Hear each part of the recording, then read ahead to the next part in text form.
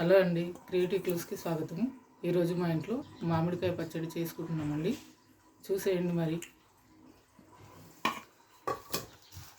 ఏం లేదండి, మామిడికాయలన్నీ కడిగి శుభ్రంగా తుడుచుకొని ఎండలో ఒక కాసేపు 10 నిమిషాలు అలా ఆరబెట్టేసి మనం ధనియాలు, జీలకర్ర, మెంతులు ఇవన్నీ పొడి కొట్టేసుకొని ఆవాలు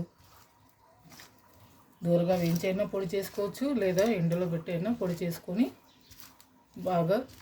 బాగా సన్నగా పౌడర్ ఏం చేయనవసరం లేదండి. కొంచెం బరకగానే చేసుకుంటే సరిపోతుంది.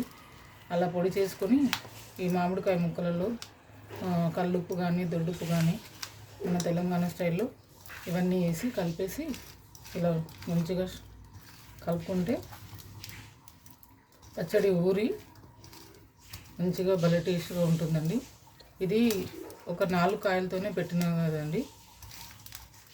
తక్కువగా ఫస్ట్ వచ్చిన కాయతో ఇలా పెట్టుకుంటున్నాము. చూసేయండి. మరి మీకు నచ్చితే ఇప్పటికైతే స్మెల్ భలేగా వస్తుంది కలుపుతుంటేనే. ఓకేనా ఫ్రెండ్స్? నచ్చితే